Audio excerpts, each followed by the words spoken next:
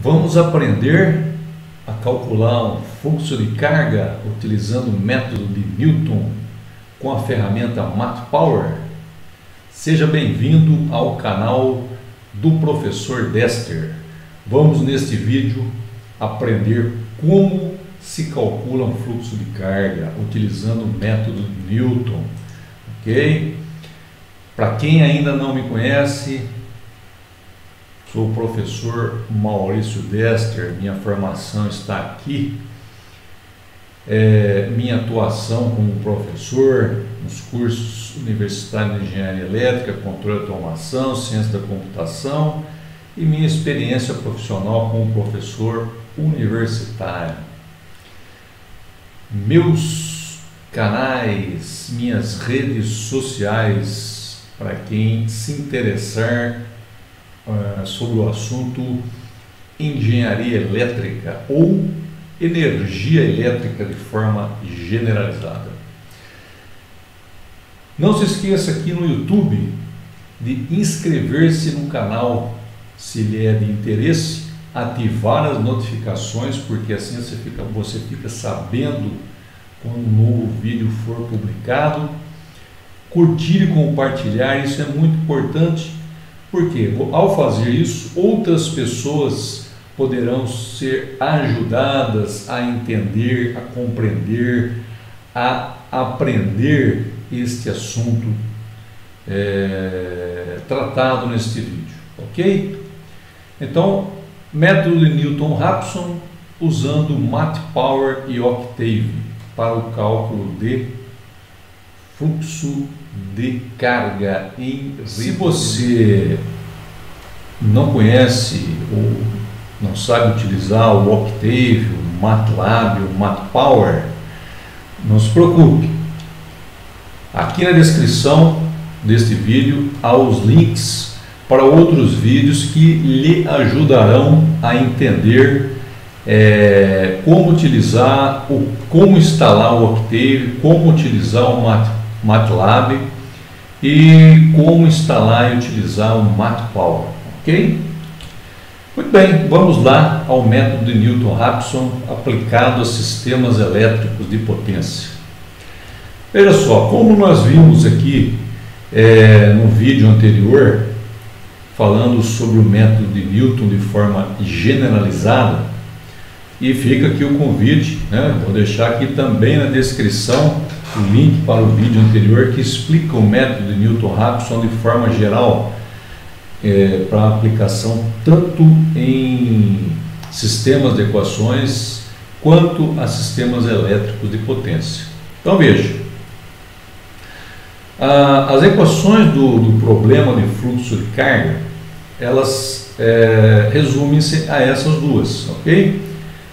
Que aqui representadas pelas variações de potência ativa de cada uma das barras, de cada um dos nós da rede, e das variações de potência reativa.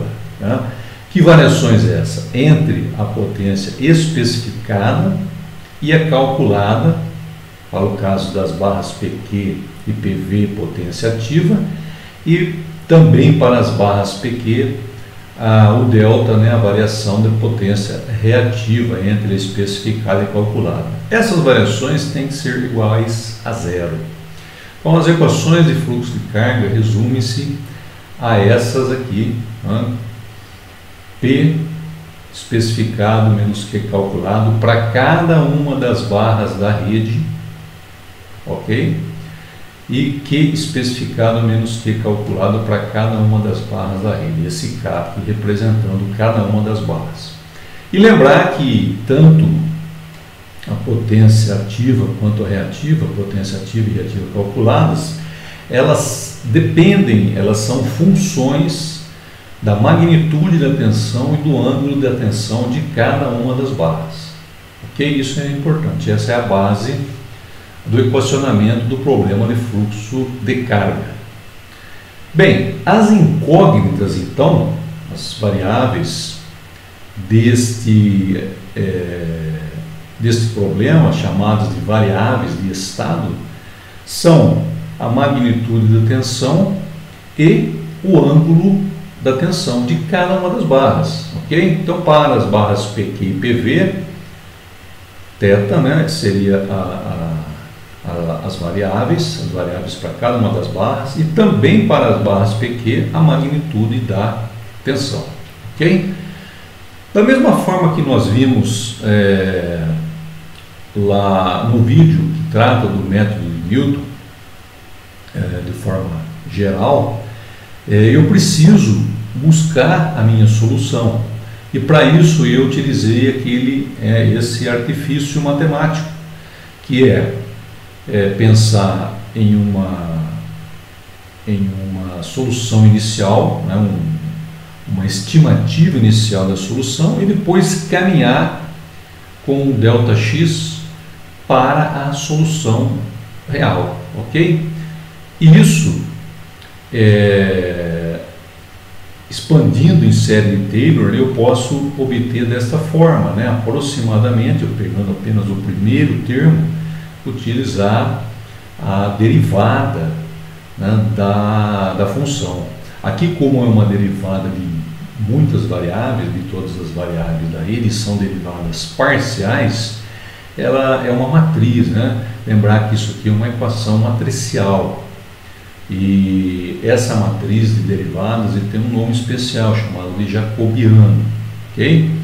Então, para calcular o ΔX, ou seja, as minhas correções de magnitude θ, para que eu possa ir me aproximando da solução à medida que eu vou caminhando, né, nas iterações, assim como nós vimos no método de Newton-Raphson generalizado, geral, eu tenho que fazer algumas iterações para caminhar no sentido da solução.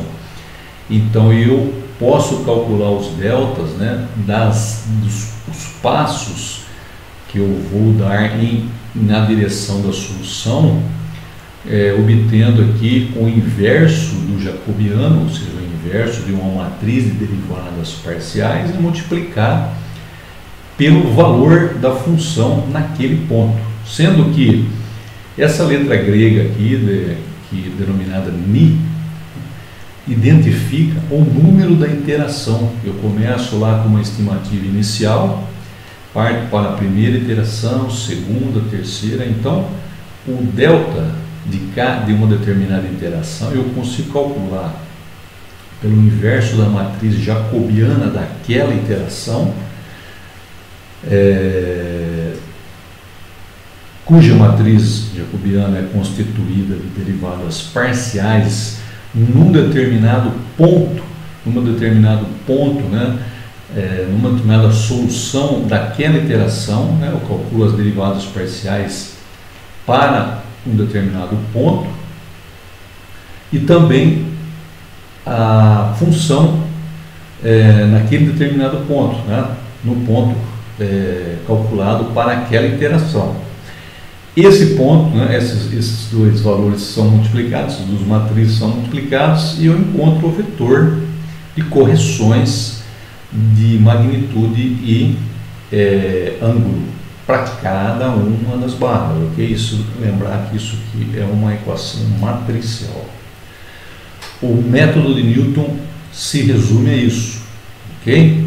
Então, essa matriz jacobiana, ela é constituída de derivadas parciais. Aqui cada letra dessa, H, N e ML, são conjuntos de derivadas parciais constituídas de derivadas de potência, da potência ativa em relação a θ, da potência ativa em relação a V, ou seja, ao ângulo e a magnitude.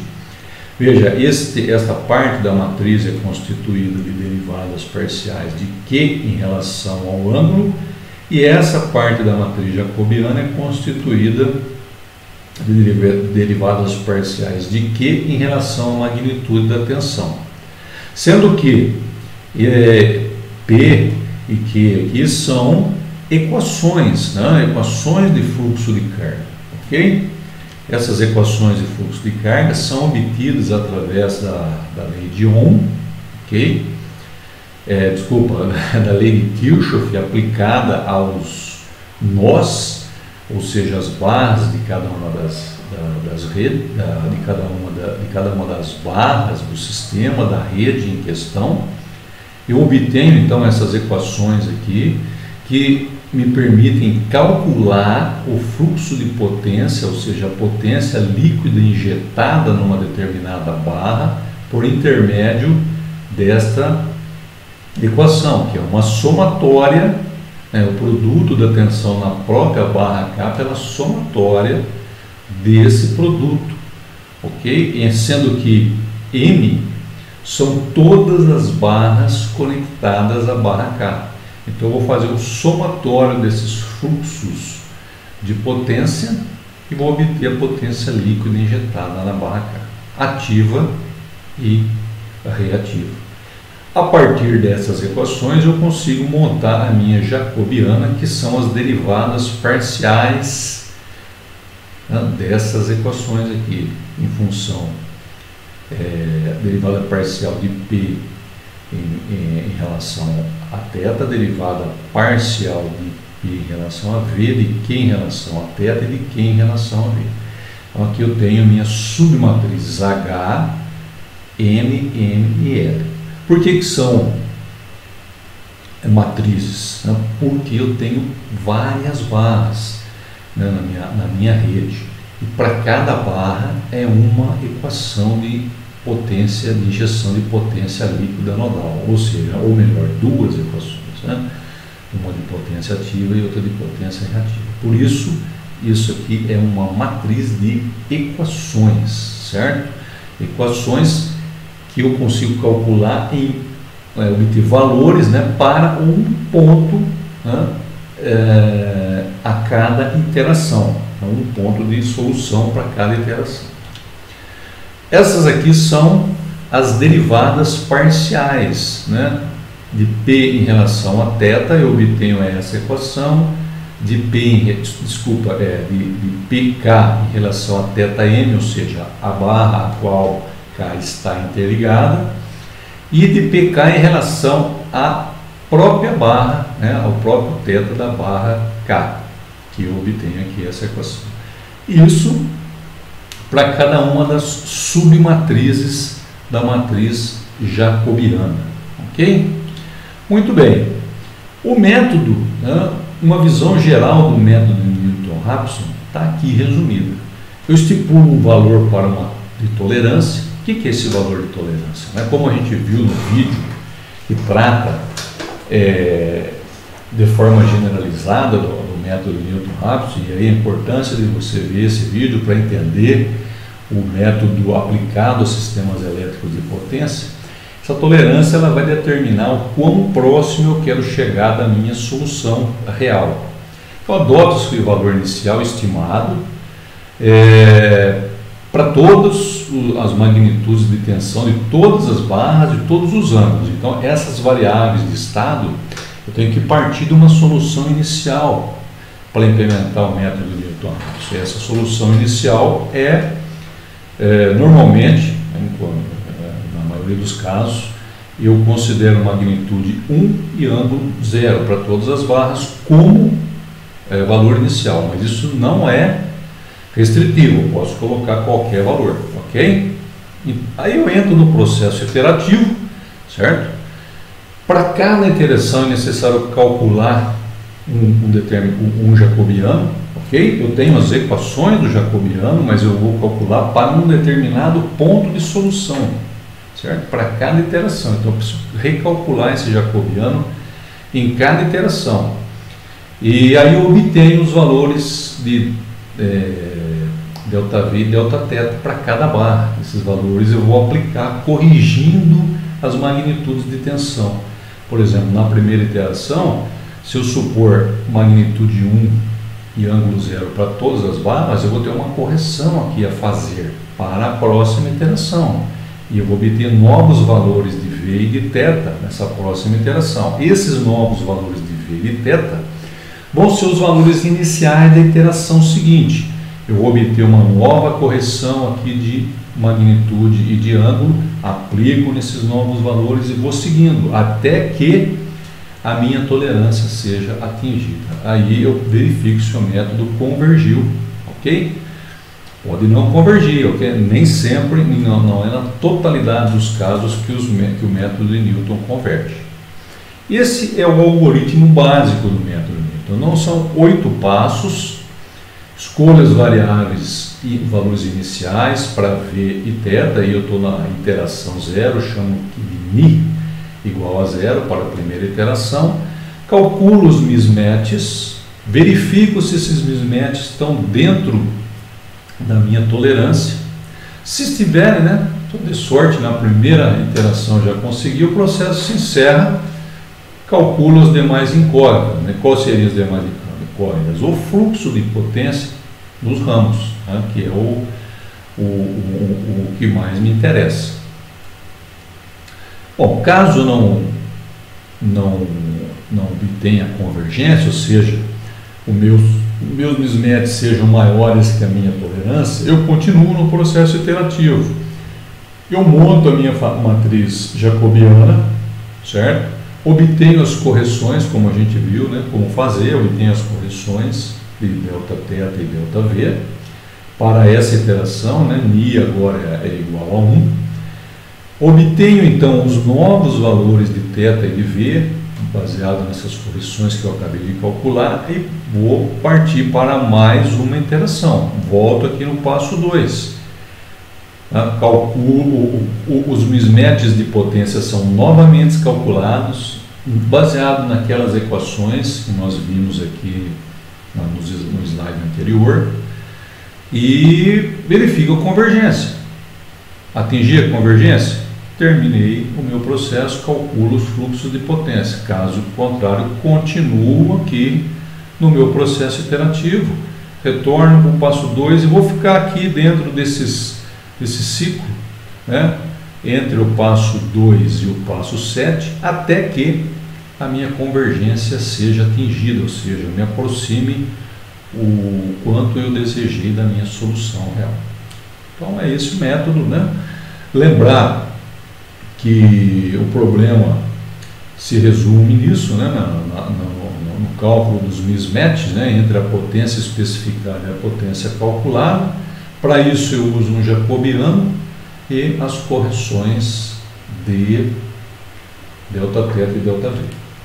Um exemplo bem simples para a gente entender, com duas barras apenas, sendo que a barra 1 é uma barra slack, swing ou de referência, e a barra 2 é uma barra de carga, ok? Eu tenho especificado aqui os valores de potência para essa barra, porque é uma barra de carga, e aqui eu tenho especificado os valores de V e θ, porque é uma barra swing. E o meu objetivo é calcular essa potência aqui, certo? Esse é o meu objetivo. Muito bem. Entro no meu processo iterativo, né? Iteração Mi igual a 0, né? É o passo inicial. Estipulo aqui 1 e 0 como valores de partida aqui para o meu processo iterativo. Calculo as minhas potências líquidas injetadas na barra 2 e os mismatches de potência. A partir, né, dessa potência líquida, eu posso calcular o mesmo mismatch. Se você tiver dúvida como calcular, volta nos slides. Algum tempo aqui no vídeo, nos slides anteriores, que eu mostro aqui como calcular. Os mismatches de potência são maiores que a tolerância? Caso contrário, eu vou entrar no meu processo iterativo, né? Lembrar que eu estou, para obter os meus mismatches de potência, eu utilizo aqui o meu jacobiano e as correções de ângulo e de magnitude. Para esse caso específico, né, a minha matriz jacobiana tem 4 elementos somente, e aqui estão eles determinados por essas equações. Né? Mesma ideia para uma rede de grande porte. Ok? Lembrar que isso é matriz jacobiana e aqueles são os mismatches de potência. Certo? Então aqui, calculando a minha matriz jacobiana, faço a inversa, calculo a inversa dessa matriz, obtenho as correções de ângulo e magnitude, calculo, né, faço aqui, aplico essas correções e obtenho os novos valores para a iteração número 2 de V e de θ. Ok? Muito bem. Okay. Essa parte é a correção, é o cálculo das correções dos ângulos e das magnitudes. Ok? Voltamos então ao passo 2, certo? Para verificar se obtivermos a convergência. Calculo a injeção de potência, os mismatches e vou checar. Obtive a convergência? Não, isso aqui é maior que a minha tolerância especificada. Então, repito aqui o passo de calcular a matriz jacobiana, a sua inversa, calculo os deltas de ângulo e de magnitude, faço a correção, aplico aqui nos novos valores, aqui nessa iteração, né? Atualizo aqui o meu contador de iterações, calculo volto para o passo 2, a lembrar aqui, eu estou voltando aqui para o passo 2, veja, atualizei os ângulos e volto para o passo 2.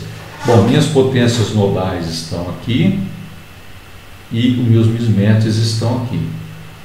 Os mismatches de potência são menores, portanto o processo convergiu. Né? Os mismatches são menores que a tolerância especificada. Aliás, os mismatches aqui são zero. Né?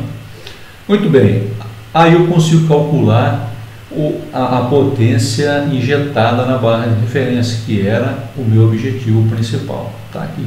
Tá? Por que eu consigo calcular? Porque eu tenho os valores de E1 e de E2, né? Números complexos aqui, hein? Não se esqueça. E1 magnitude e ângulo de tensão da barra 1, que é fixo, né? 1 e 0, no caso, e magnitude e ângulo da barra 2, que nós calculamos aqui no processo iterativo, certo? Portanto, eu consigo calcular a minha potência injetada na barra 1. E é assim que se obtém, que se faz o cálculo de fluxo de carga, né? Por uma rede bem simples, mas o processo é idêntico a uma rede de 10, 15, 20, 3.000 barras, certo? Graficamente, como que eu posso representar o processo iterativo, né? Veja só que interessante, eu tenho aqui o meu ponto de partida, certo? Veja aqui, ponto de partida, vou caminhando para a minha solução através do processo iterativo. E o meu epsilon pode ser representado graficamente como essa faixa aqui ao redor do meu mismatch de potência reativa e de potência ativa.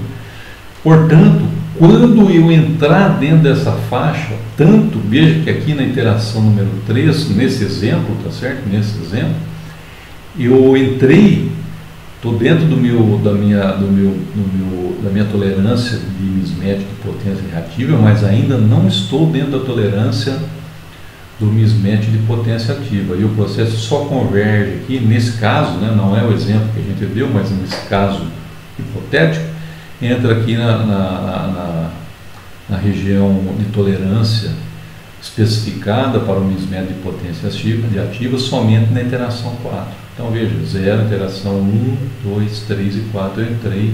Isso aqui é a solução obtida. Tá certo? Em termos de V e θ, eu posso também representar as iterações. Veja, eu estou caminhando aqui para o valor de V e θ, né? A solução exata vai me proporcionar um ponto aqui, onde eu tenho a minha potência especificada e a minha potência ativa e reativa especificadas, né? Esses mismatches de potência vão possibilitar que as potências calculadas P2 e Q2 estejam o mais próximo possível aqui das potências especificadas. Então, isso aí é o core, né, o núcleo do método de Newton-Raphson, ok? Algumas observações em relação ao método. é que ele pode divergir ou convergir rapidamente para uma solução errada, caso as equações sejam mal condicionadas, as equações de fluxo de carga, ou seja, os pontos iniciais e também sendo mal escolhidos, isso pode levar a uma divergência. Mas existem técnicas, que não é o caso de apresentar aqui no vídeo, mas existem técnicas que podem ser agregadas a esse método básico para evitar esses problemas de convergência. E os programas comerciais mais utilizados aí pelas empresas do setor elétrico para a resolução de fluxo de carga, evidentemente, que implementam essas técnicas. Ok? É isso então. Esse vídeo continua na parte 2. Eu não vou colocar aqui a parte de simulação, de aplicação da ferramenta MatPower, porque senão esse vídeo iria ficar muito longo. Ok? Está aí já em torno de 27 minutos. Portanto, eu vou fazer uma parte 2, onde vou aplicar aqui a ferramenta MatPower em um caso prático, para que a gente veja como possa analisar essa ferramenta, como que a gente pode utilizar ela num caso prático. Ok? É isso. Deixe os seus comentários, não se esqueça de deixar o like e compartilhar esse vídeo para que ele possa atingir mais pessoas e mais pessoas possam aprender esse importante assunto na área da engenharia elétrica. Até breve, um grande abraço a você.